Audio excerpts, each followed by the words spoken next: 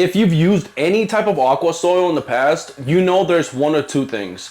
Either A, it's going to leach a bunch of ammonia and buffer pH really low, or it's gonna not leach any ammonia and pH is gonna be high. So I'm gonna decipher that now. pH being low would mean under 5.5, and pH being high would be over 6.0. Now granted, both methods work. There's no better or worse aqua soil. Everybody prefers their own method. But me personally, I've been looking for like low pH. I've been testing so many aqua soils. If you've seen my channel, you've seen that's a lot of what I've been doing recently. I've been setting up tanks. I've got 16 tanks in my home right now, and a lot of them, about 10 of them are on tropical soil, which has been great. pH right around 5.6. It does leach ammonia. I've also tested some recently with 2 Hour Aquarius feed soil. That one's also super, really good. pH lower than that, about 5.1, 5.2. But it does leach ammonia, right? This new soil here that I'm testing now has me scratching my head, and I really wanted to get these thoughts into the video, because if you've done any experimentation with aqua soils in the past, you know that the two things I told you are always true. They either leach a bunch of ammonia or they don't. This one is completely different. This one is something that I am documenting results, and it doesn't make any sense. It doesn't make how a soil can not leach any ammonia, yet it does buffer pH down to about 5.5. I haven't tested pH yet, but I'm going off of Dole Shrimp's word. He's the one that sent me the soil to test. But as a matter of fact, we can also test pH today. Although I don't like testing pH until the tank is completely cycled. This tank has only been running for about 10 days. And I'm already growing some algae, green algae. Now, you know, some of my tanks have green algae, but they've been up and running for about 3, 4, 5, 6 months or so after I reset them earlier in the year. So it's definitely something weird. The soil we are talking about, of course, is Ghillie soil. This has been heavily advertised. You know, at first in the market, I'd never heard of it before.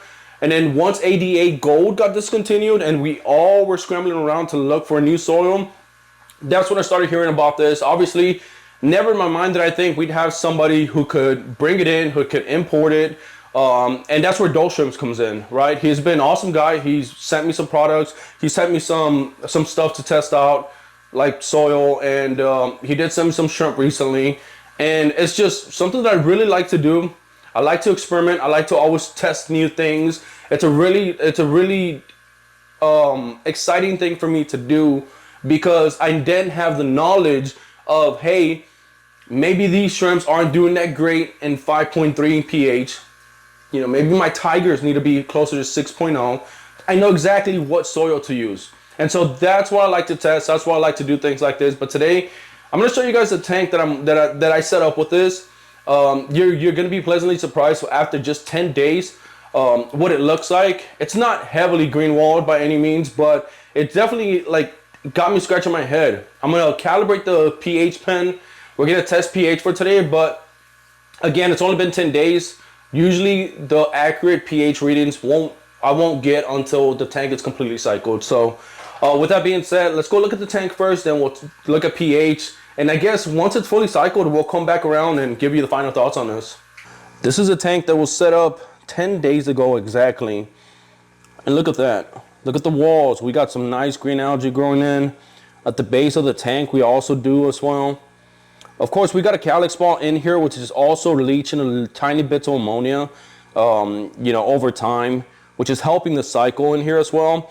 One other thing I had to do, since it doesn't leach ammonia, the soil doesn't leach ammonia, I had to manually add some ammonia. And I'll show you guys the ammonia source that I use right now in a bit.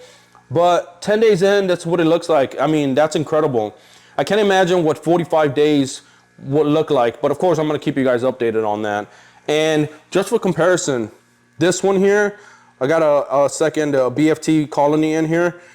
This was set up 3 months ago with 2 Hour Aquarius, their feed soil, which is actually really good. I need to give you guys an update on this, test pH, do all that good stuff with it, because I'm really happy with this soil as well.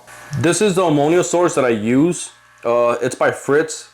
I've been using this for at least 3 years now, and this bottle was probably about $6 to $8. So a little bottle goes a long way.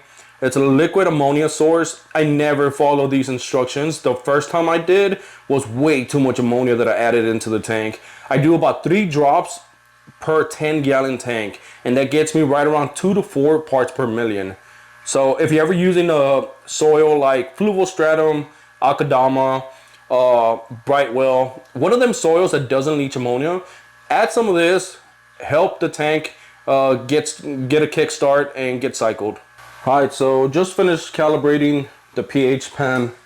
We're gonna walk over here and check out the pH on this tank.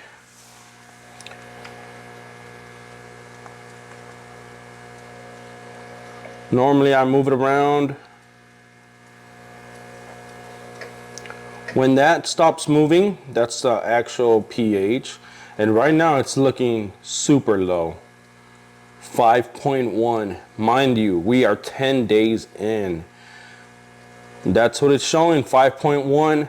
Wow, that's incredible. So it doesn't leach ammonia and buffers that low, 5.1. That's incredible. Now, obviously, this has not been cycled yet. So Doe did let me know that it stabilizes around 5.5. So just in comparison, let's check this tank by 2 Hour Aquarist.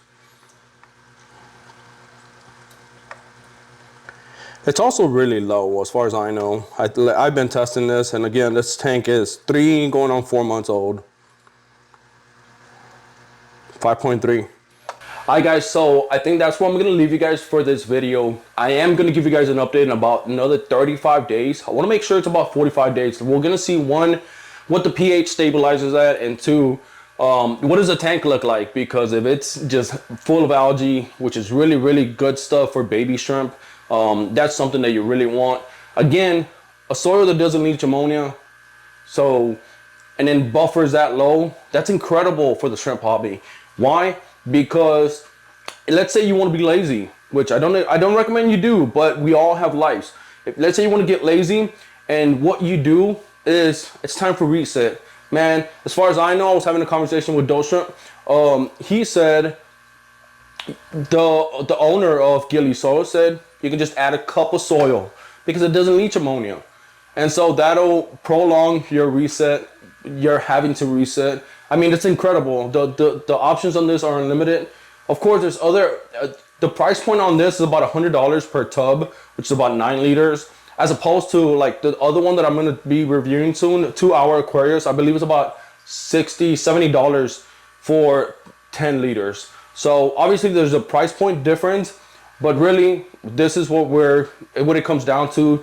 Do you mind it, like leaching ammonia, being patient, you know, because this also would probably benefit people that aren't very patient and they just want to, you know, move the filter over. There's no ammonia, get some shrimp in there. But yeah, there's so many things to go with this. I'm mind blown honestly right now. So I'll keep you guys updated. If you guys have any questions, if you guys have tested anything that's different from what I'm testing so far, put it down in the comments. I'll get with you.